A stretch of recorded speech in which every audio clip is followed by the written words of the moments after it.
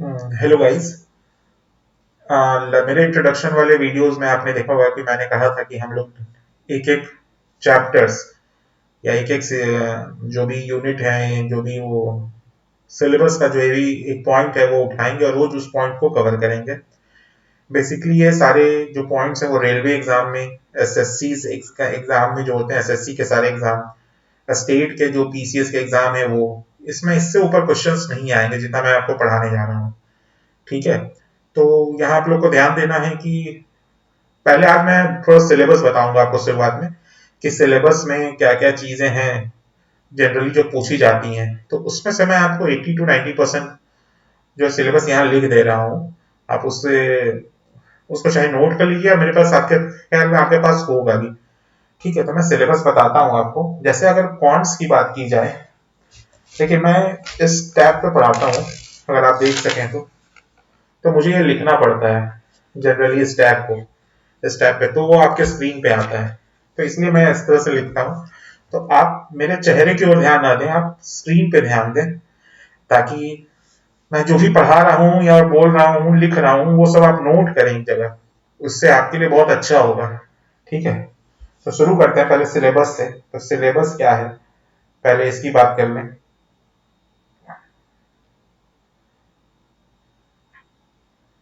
ठीक है, तो पहला आ जाता है, हम लोग जो पहला पहला टॉपिक जो कोशिश करेंगे पढ़ेंगे वो है प्रॉफिट एंड लॉस।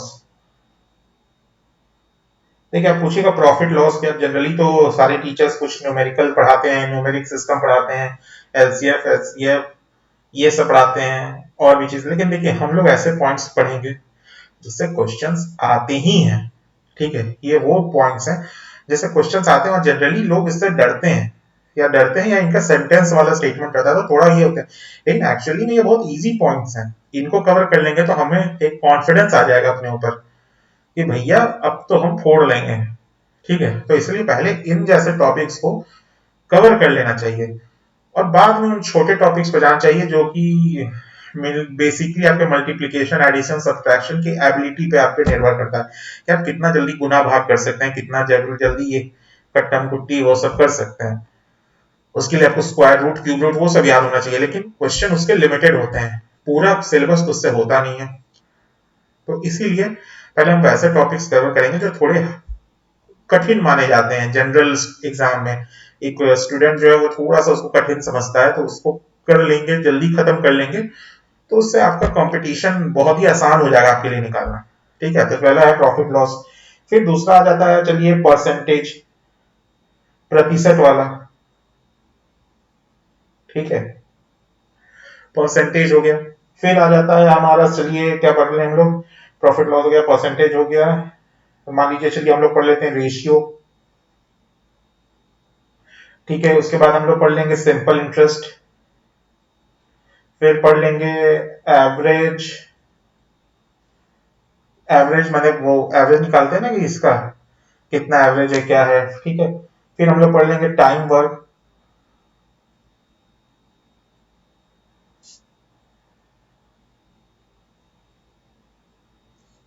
ठीक है, फिर कुछ क्वेश्चंस हम लोग बना लेंगे पाइप पे। फिर कुछ क्वेश्चंस बना लेंगे हम लोग बोट पे।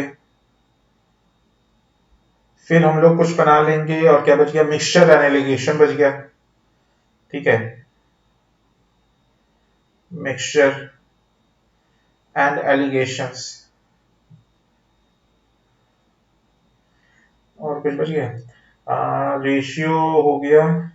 ठीक है, चलिए, हाँ, फिर हम लोग लास्ट में आ जाएंगे एलसीएम, एचसीएफ, नंबर सिस्टम। देखिए, बेसिकली ना नंबर सिस्टम एक ऐसा टॉपिक है, और एलसीएम एचसीएफ एक ऐसा टॉपिक है जिसमें कुछ ट्रिक्स हैं। ट्रिक्स क्या बोलिए, या तो फिर ट्रिक्स बोलिए, या तो फिर इनमें शॉर्टकट्स हैं। ठीक है, तो इन शॉर्टकट्स को भी ना थोड़ा सा अलग तरीके से पढ़ना पड़ता है, तो इनमें रट्टाफिकेशन ज्यादा है। तो एक्चुअली कुछ पॉइंट्स हम आपको दे देंगे बने बनाए, आपको उनको रट जाना है। जैसे टेबल के कुछ पॉइंट्स रहेंगे कि अगर ये 4 से कटेगा तो इसके लास्ट के क्या डिजिट होने चाहिए, 6 से कटेगा तो क्या लास्ट डिजिट होने चाहिए, ये सब चीज। तो इससे क्या होगा ना, क्वेश्चंस बनाना बहुत आसान हो जाएगा।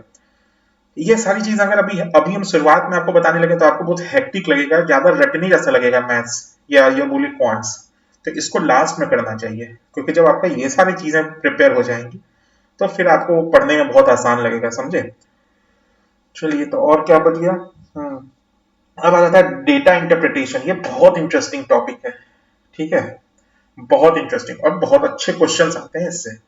और इसका क्वेश्चन का स्पेशलिटी ये है कि अगर आप ये क्वेश्चन एक सॉल्व कर देते हैं अच्छे से, तो जनरली इससे 3 या 4 क्वेश्चन जुड़े होते हैं, तो 3-4 क्वेश्चन सॉल्व करते हैं, तो यानी 3 से 4 नंबर आप ले जाते हैं क्वेश्चन सॉल्व करने पे।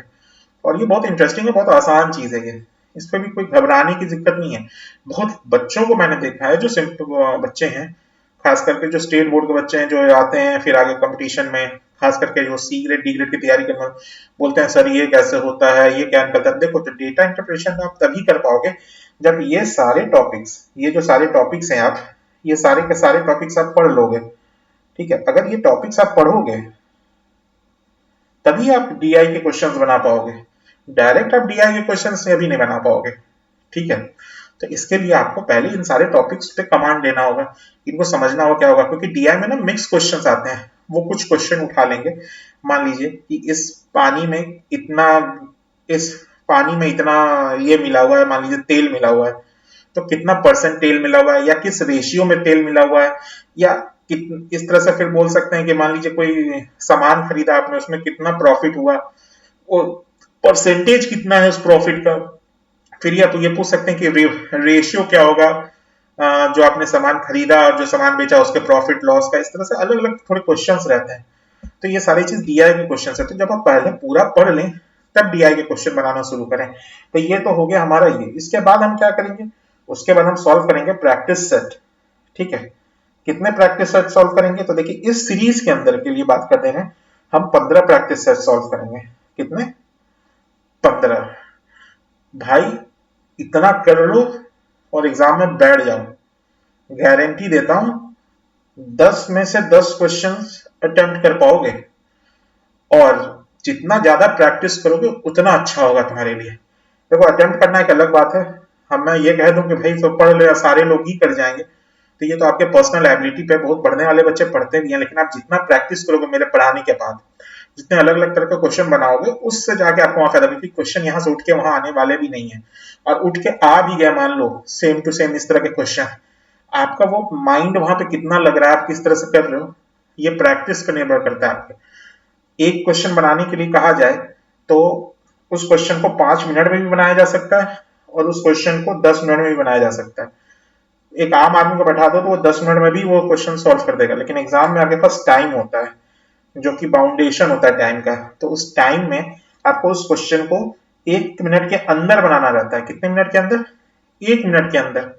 1 मिनट के अंदर आपको बनाना है। मान लीजिए 120 क्वेश्चन है और 2 घंटा टाइम है, तो अब मैथ्स में आप पर क्वेश्चन के हिसाब से देखिएगा तो आप 1 ही मिनट आप दे सकते हैं ना पर क्वेश्चन को, और मैथ्स में आप 1 मिनट से ऊपर अगर किसी क्वेश्चन को दे रहे हैं तो वो दूसरे का क्वेश्चन का आपका समय खा रहा है।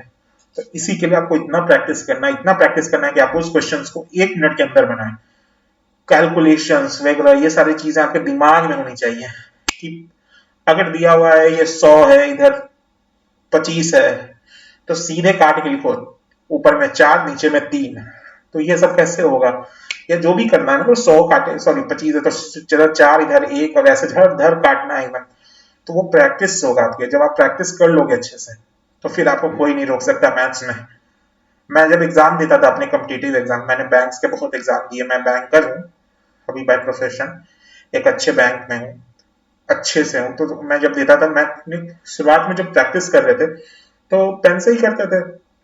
फिर कंपटीशंस, जब एग्जाम पास आने लगे और जो टेस्ट सीरीज देने लगे, उसमें देखा कि रैंक एक जगह आके फिक्स हो गया है। तो ऐसा क्या कारण हो गया कि फिक्स हो गया है, कि वो ऊपर बढ़ नहीं रहा था। तो देखा कि कुछ क्वेश्चंस कम बन रहे हैं, अब उसको कैसे किया जाए। तो मैंने एक दिन क्या सोचा ना, चलो थोड़ा स्पीड बढ़ाया जाए। तो मैंने क्या किया, टेबल जो थे मैंने अपने सामने लगाए सारे, और उन टेबल को मैं जोर जोर से बोल बोल के दिन में 5 बार पढ़ता था। उससे क्या होने लगा, वो टेबल ना मेरे अंदर दिमाग में ऐसे घुसने लगे कि भाई वो पता चलने लगा कि अच्छा ये इसका मल्टीप्लिकेशन में आता है, या ये इसके मल्टीप्लिकेशन में आता है। जब आप वहां देखोगे ये कटेगा किससे कटेगा, सोचोगे तब तक आप उसको देख के काट लो। और दूसरी चीज क्या कोशिश करता था कि बिना पेन से लिखे हुए दिमाग में कैलकुलेट करने की कोशिश करता था। क्वेश्चन पढ़ा, उसको दिमाग में धीरे धीरे आपको समय लगेगा छोटे छोटे क्वेश्चंस में, कि आपको समय लगेगा अरे यार ये कैसे कटेगा, बिना पेन से कैसे कटेगा, लेकिन आप कोशिश करो। कुछ गलतियां होंगी लेकिन कोशिश करो सॉल्व करने का। एक समय आएगा जब आप बेसिकली ना मैंने क्वेश्चन जो आप लिखोगे, क्वेश्चन के जब सॉल्यूशन लिखोगे तो 30-40% सॉल्यूशन आप दिमाग में करके उसके बाद आगे वहां कॉपी पे लिखोगे, तो उससे आपको उतना समय बच गया। क्योंकि लिखने में जो समय जा रहा है उतना देर में आप सोच के उस 3-4 स्टेप आगे बढ़े, उसका डायरेक्ट लिखे, सॉल्व किए। भाई साहब मेरे रैंक में जो सुधार आया, और one of the top scorer रहा मैं अपने उस पूरे टेस्ट सीरीज का। तो मैं देखता ही था, बाकी एग्जाम में तो रिजल्ट्स आते नहीं है बैंक के एग्जाम में कि फाइनल क्या क्या है नहीं है, लेकिन वो जहां मैं टेस्ट देता था वहां पे मैथ्स और रीजनिंग में मैं टॉप स्कोरर ही रहता था। और इंग्लिश तो मेरी अच्छी थी क्योंकि मैं आईसीएसई बोर्ड से पढ़ा हुआ हूँ, तो इसीलिए तो मुझे ज्यादा मेहनत नहीं करनी पड़ी, 5-6 महीने में मेरा सिलेक्शन हुआ। तो इसका रीजन था कि स्मार्ट स्टडी करना पड़ेगा आपको। और उसके पहले भी मैं बता दूं, मैंने 2 बहुत ही अच्छे इंडिया के एमएनसीज में काम किया है। एक है, जैसे कि मैंने टेस्को ज्वाइन किया। टेस्को एक कंपनी है जो यूके की कंपनी है, वो इंडिया में ऑपरेशनल है। यहाँ पे उसका ऑपरेशन का काम होता है, मतलब कि उनके मैप्स बिल्डिंग। तो उसका एग्जाम भी क्वालिफाई किया अपनी इंजीनियरिंग में। पास आउट होते ही मैंने 2 कैंपस प्लेसमेंट ले लिए थे अपने कॉलेज से। 120 बच्चों में मात्र 4 या 5 बच्चों का हुआ था हमारे डिपार्टमेंट से। मैंने सिविल से पढ़ाई की है और उसमें से मेरा एक नाम था। फिर मैं ही एकमात्र ऐसा था जो अमेजोन जैसी कंपनी में प्लेस हुआ सिविल इंजीनियरिंग डिपार्टमेंट में होने के बावजूद भी। तो ये सारी चीजें कैसे हुआ, कोई शॉर्टकट नहीं लगाई मैंने। मैंने ना खूब क्वेश्चन सॉल्व किए, और कोई बहुत बड़ी बड़ी किताबें सॉल्व नहीं की, बेसिक किताबों को एकदम सॉल्व इतना किया कि बेसिक मेरा क्लियर हो जाए। ठीक है, तो ये जो सिलेबस मैंने आपको बताया ना, ये किसी भी एग्जाम को निकालने के लिए सफिशियंट होता है। ये सिलेबस ज्यादा नहीं सोचना है आपको, ये क्या पढ़ना है, कितनी किताबें पढ़नी है, ये उठाना है, कुछ नहीं। इसको पढ़ो, उसके बाद सिंपल से सेट उठाओ और घसीट दो सेट। 15 सेट तो आपको यहाँ मिल जाएंगे, बाकी बाजार में कितने सेट पड़े हैं। ये मत सोचो कि तुम अगर स्टेट का एग्जाम दे रहे हो तो बैंक का सेट नहीं उठा रहे। बैंक का सेट उठाओ यार, बेसिक क्लरिकल लेवल का सेट उठा लो। पहले जो पुराने समय में आईपीएस क्लर्क के जो आते थे उनका सेट उठा लो, वो तो आसान होते हैं ना। पीओ का तो चलो पेपर बहुत टफ आता है, लेकिन क्लरिकल आज भी आसान आता है। वो तुम्हारे स्टेट एग्जाम के बराबर रहता है, या थोड़ा बहुत उससे ऊपर भी चला जाए, लेकिन उसके रहता है। तुम उसको सॉल्व कर डालो जितने भी क्लरिकल के हैं, तो उससे क्या होगा ना, अगर चलो थोड़ा भी सिलेबस में इधर उधर आया तो तुम उसको सॉल्व कर जाओगे। लेकिन वो पत्थर का लकीर मत बनो, कि लकीर का फकीर जो बोलते हैं ना, वो मत बनो कि यार इतना ही पूछा आज तक, इतना ही बनाएंगे। फिर तो यार खेल हो गया। अगर एक एग्जाम में थोड़ा सा टफ क्वेश्चन आया तो भैया क्या पूछ दिया, पता नहीं क्या हो गया, है ना। कैसे होगा, सिलेबस में तो बहुत है। अभी थोड़े दिन पहले देख रहा था मैं वीडियोस, फिर बीपीएससी टीचर की जो वैकेंसी आई थी, उसमें क्वेश्चन थोड़े टफ पूछ दिया, तो बाहर कैंडिडेट आके पूछ रहे हैं, कैंडिडेट से जो इंटरव्यू जो ले रहे हैं वो पूछ रहे हैं कैसा गया पेपर। तो वो बोल रहे हैं ये तो लग रहा है कि कोई आईएएस बना रहे हैं वैसा क्वेश्चन पूछ रहे हैं, ये तो ऐसा लग रहा है कि बीपीएससी का वो सिविल सर्विसेज का एग्जाम है वैसा पूछ रहे हैं, इतना टफ क्वेश्चन। तो ये क्यों हुआ, वो जो बाजार में सेट मिल रहा था उसमें सब आसान आसान था, सारे लोगों ने वही पढ़ा और निकला। देख सक सीट ज्यादा थी तो इसलिए बहुत लोगों का निकल गया, लेकिन जो टॉप रहे होंगे बेसिकली, जिन्होंने ज्यादा अटेम्प्ट किया होगा, वो कौन होंगे, जिन्होंने थोड़ा बैंक का मार लिया सेट, थोड़ा एसएससी सीजीएल का मार लिया सेट, मिक्स एंड मैच करके मान लिया उनको आ रहा है, वहां गए वो आराम से वो पेपर सॉल्व करके आए। और तो उनको उस प्रेफरेंस की पोस्टिंग भी मिली, जो ऊपर के थे उनको उनके प्रेफरेंस की पोस्टिंग मिली। तो ये सब चीजें मायने रखती हैं कहीं ना कहीं। ठीक है, चलो 1 मिनट।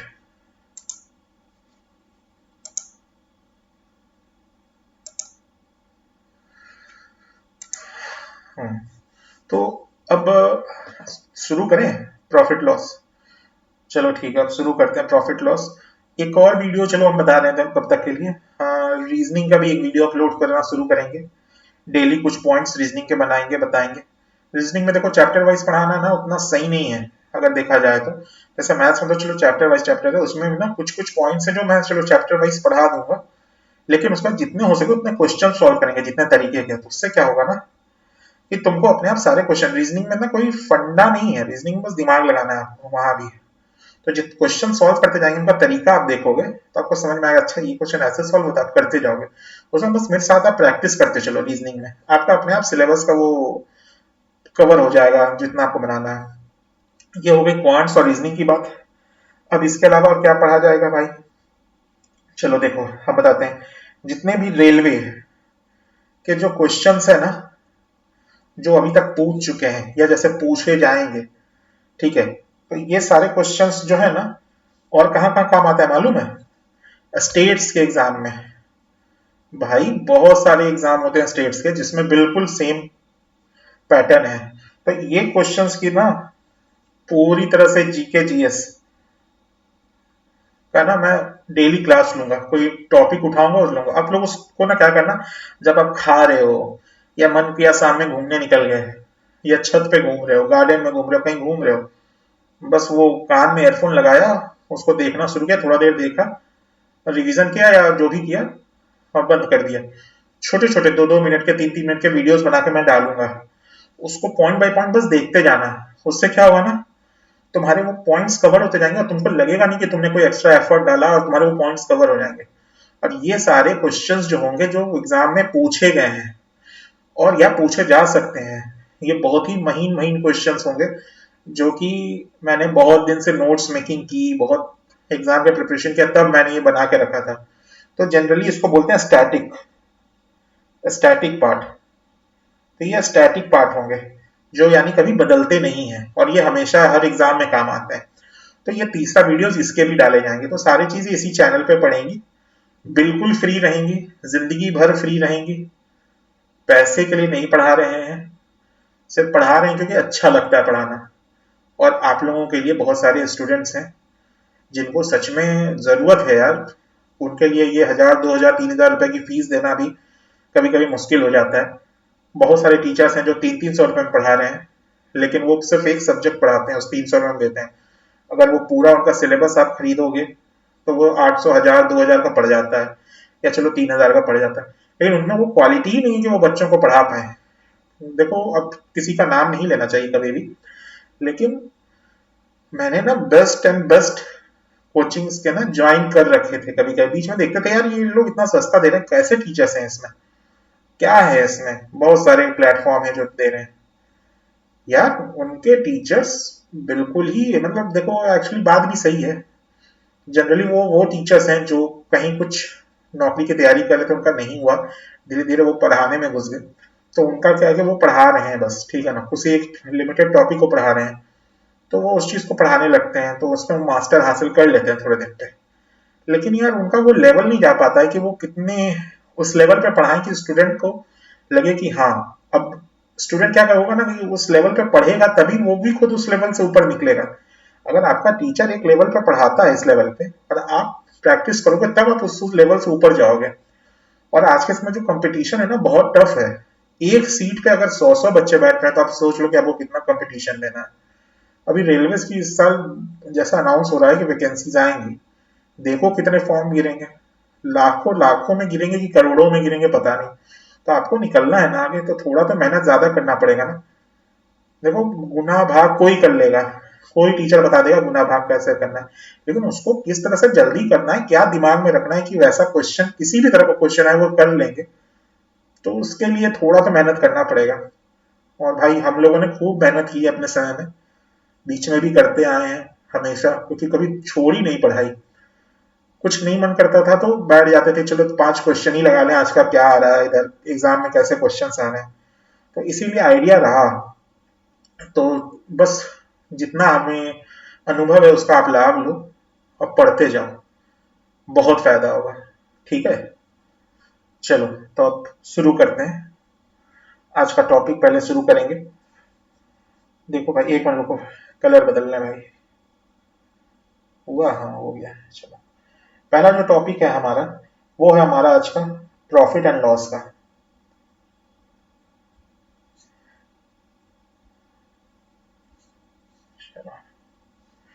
तो लेके प्रभु का नाम शुरू करते हैं इस टॉपिक को।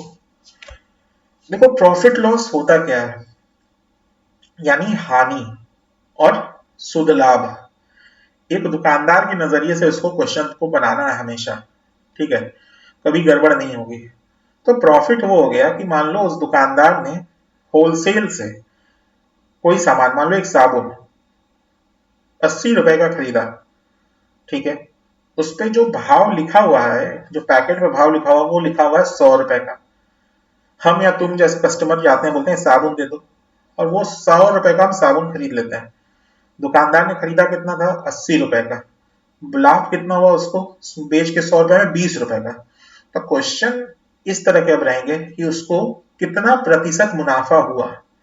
तो जब प्रतिशत की बात आएगी तो आपको लगेगा यार क्या करना है इसमें, कैसे करना है। बहुत लोग को मालूम है कि हाँ ये बहुत आसान लग रहा है, आता हुआ उनको, लेकिन जिनको नहीं आता उनके लिए बता रहे हैं। तो देखो इस तरह से है, तो उसको कैसे सॉल्व करना है, इस तरह के क्वेश्चंस को क्या है बताते हैं, शुरू करते हैं। तो पहले कुछ चीजें समझो। तो जैसे कॉस्ट प्राइस, कॉस्ट प्राइस क्या होता है, जितने में दुकानदार उस सामान को होलसेलर से खरीदा, आप लिखते जाओ जो मैं बोल रहा हूं, जितने में दुकानदार ने उस सामान को होलसेलर से खरीदा वो हो गया कॉस्ट प्राइस। सेलिंग प्राइस, जितने में उस दुकानदार ने कस्टमर को बेचा, वो खुद जो खरीद के ला रहा है वो हो गया कॉस्ट प्राइस, और जो वो बेच रहा है किसी कस्टमर को वो हो गया सेलिंग प्राइस। तो वो मान लो 80 रुपए में खरीदा खुद, और वो 100 रुपए में बेच दिया, तो उसको उसमें प्रॉफिट कितना हो गया, तो प्रॉफिट हो गया उसको 20 रुपए का, ठीक है। अब मान लो क्या होता कि, समझ लो कि क्या हो गया, उस दुकानदार को अपना दुकान कहीं शिफ्ट करना है, बोल रहा है भैया ये दुकान की जगह दूसरी दुकान में आना है, और वो सोच रहा है यार सामान खाली करते हैं, नया नया सामान लाएंगे। ये तो क्या करता है, तो कोई आया उसके पास, बोला साबुन है, बोला हाँ है, बोला फलना कंपनी का साबुन है, बोला हाँ है फलना, तो कितने का है। तो दुकानदार सोचा यार चलो जल्दी निकालते हैं, सामान सस्ता में देते निकाल देते हैं। बोला 80 रुपए का। बोला नहीं भैया 70 रुपए दे पाएंगे, देना है तो दे दो, क्योंकि उस कस्टमर को भी मालूम था कि यार ये खाली कर रहा है, सस्ते में सामान दे रहा है, दे देते हैं। दुकानदार सोचा यार क्या करें, 80 की खरीद है, 70 में मांग रहा है, दे दें क्या, 10 रुपए का घाटा होगा। तो वो खरीदा कितने में था, 80 रुपए का। कस्टमर बोल कितने का रहा, 70 का, और वो बोला चलो ले जाओ तुम 70 में। वो दे दिया कस्टमर को 70 में। घाटा कितने का हुआ उसको, 10 रुपए का। सोचा चलो यार 10 रुपए घाटा दे देते हैं, कोई बात नहीं, सामान तो खाली होगा, कुछ तो पैसे बनेंगे निकलेंगे, वहां तो नया सामान रखना है। तो 10 रुपए का। तो बोलेगा कि कितने का घाटा है, 10 है। तो अब बोलेगा घाटा जो 10 रुपए का हुआ या प्रॉफिट 20 रुपए, इसका प्रतिशत कितना होगा, कितना प्रतिशत मुनाफा कमाया। तो उस केस में क्या करेंगे, अगर मान लो प्रतिशत इसका देखेंगे हम कि प्रॉफिट का कितना है, तो 20 रुपए अपॉन ये जितना उसने मुनाफा कमाया upon cost price. Cost price कितना था इसका, 80 रुपए। तो वो 80 रुपए करेंगे, गुना करेंगे 100% से, आगे में एक परसेंट का निशान लगा देंगे, ठीक है। तो यहाँ कितना हो जा रहा था उसका, तो 80 रुपए हो रहा था कॉस्ट प्राइस। तो ये 20 से कितनी बार गया, ये 4 बार गया। 4 से 100 कितनी बार गया, तो 25 बार गया। तो यानी कि उसको 25% का मुनाफा हुआ। तो बोलेगा कि इसने साबुन बेच के 25% कमाया, 25% कमाया, जो भी आप समझो। लेकिन अगर वो 70 रुपए बेचता तो कितने का उसका नुकसान होता, तो 10 रुपए लिखेंगे ऊपर, नीचे लिखेंगे उसका कॉस्ट प्राइस। कॉस्ट प्राइस क्या है इसका, 80 रुपए, गुना कर देंगे इसको भी 100% से, ठीक है। अब ये कितना हो गया, ठीक है। अब 2 से कितना बार गया, 4 बार गया। ये कितना गया, 2 से 50 बार गया। फिर 2 से कितना गया, 2 बार गया। ये कितना में गया, 25 बार गया। 1 मिनट, कुछ आपको दिख रहा है क्या, 25 बार गया। ओहो, अब ये 2 से कितना गया, 25, तो 12.5। तो ये 12.5% का इसको क्या हुआ, नुकसान हुआ। तो इस तरह से क्वेश्चंस आते हैं इसमें कि कितना प्रतिशत मुनाफा हो रहा है, कितना नुकसान हो रहा है। तो एक तो ये दो क्वेश्चन ऐसे हो गए। और चलो बताते हैं क्वेश्चंस क्या आ सकते हैं। देखो कितनी बार आता है क्वेश्चंस, क्या ना कि अभी हम लोग क्वेश्चंस भी बनाएंगे, लेकिन ये थोड़ा समझ लो, बस बेसिक समझ लो कि मान लो उसने ना, पूछेगा कि भैया उसने 120 रुपए में कस्टमर को दिया, ठीक है, और उसने इस पे 20% मुनाफा कमाया, ठीक है। तो दुकानदार को ये कितने का पड़ा, ये पूछ रहा है। तो 120 क्या है, इसका सेलिंग प्राइस है, ये क्या है, इसका प्रॉफिट परसेंट है। ठीक है, अब इसको चाहो तो फॉर्मूला के हिसाब से लगा के बना लो, लेकिन वो बहुत समय लगेगा अगर वैसे बनाओगे। तो कुछ खोपड़ी में भी हमारे पास दिमाग होना चाहिए, कैसे बने ना बने। ऐसे तो तुम देख के आराम से बता दोगे कि कितने का है, लेकिन इतना आसान अगर दिया रहे हर जगह तब ना, कि 120 और 20 का वैल्यू दिया रहे तब, तो उसके लिए क्या करोगे। अब देखो, समझ लो कि बोल रहा है कि इसका कॉस्ट प्राइस फाइंड करने बोल रहा है इसका कॉस्ट प्राइस कितना है, कितने का दुकानदार को पड़ा। तो उस कॉस्ट प्राइस को हम लोग मान लेते हैं एक्स। ठीक है, अब ये बोल रहा है कि उसने 20% मुनाफा कमाया। तो 20% यानी कि 1.2 of X is equal to 120। अब पूछोगे भैया ये 1.2 of X is equal to 120 कैसे आ गया। अब देखो, 100 रुपए का सामान जब 20 रुपए बढ़ा करके बेच रहा है तो कितने में बेच रहा है, 120 में। ठीक है, तो कितना परसेंट पे बेच रहा है, तो 120 बटा 100 कर देंगे, तो इतने इस पे बेच रहा है वो परसेंटेज पे। ठीक है ना, यानी कि 1.2 पे बेच रहा है वो, काटोगे इस पे तो 1.2 आएगा। तो किसी भी वैल्यू को अगर पॉइंट उसके उस पे करना है तो उसको 1.2 से मल्टीप्लाई कर दिए, अगर वो 20% है। और 1.2 of X is equal to 120 आ रहा है। मान लो अगर वो बोल रहा है कि 30% पे बेच रहा है, ऊपर करके मुनाफा कमा रहा है, तो 1.3 कर देंगे। बोलेगा कि 40% ऊपर करके बेच रहा है तो 1.4 कर देंगे।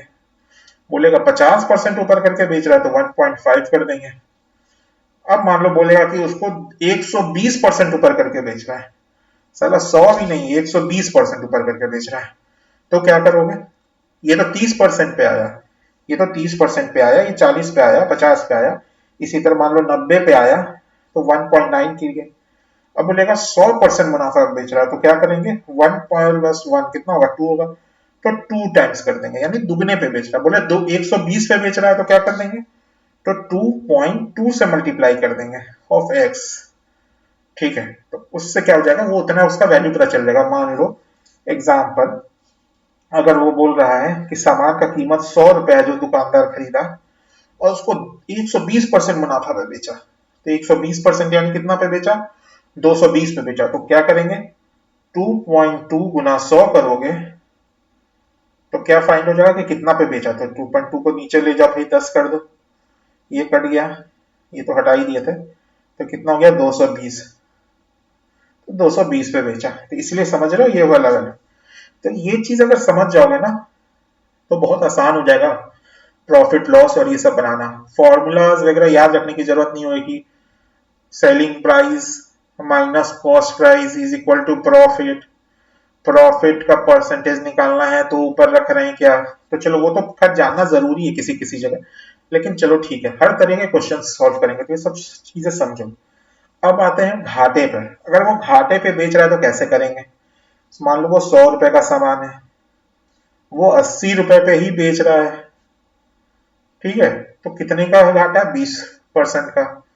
तो उसमें ऐसा नहीं कि 20% का तो कुछ करना नहीं है, तब क्या करेंगे, उसको लिखेंगे 0.8 ऑफ एक्स। एक्स यानी जो जो हमें वैल्यू नोन करना है कि कितने का है। ठीक है, तो 0.8 ऑफ एक्स, ये चला नहीं क्या, ये एक्स बना नहीं, रुको स्क्रीन फंस गया, बन जा भाई, रुक जा। हाँ, तो इससे निकल जाएगा। तो मान लो अब 0 यानी 80% पे ही बेचा वो, तो 0.8 ऑफ एक्स कितना होता है, तो एक्स का वैल्यू मान लो 100 रुपए है, तो बचा 10 कर दिए, तो 80 रुपए का वो बेचा। 80 रुपए का वो बेच करके निकल लिया, तो उसको पता चल गया कि भाई 20 रुपए का उसको लॉस हुआ यहाँ पे। ठीक है, तो इस तरह से क्वेश्चन समझना है तुमको।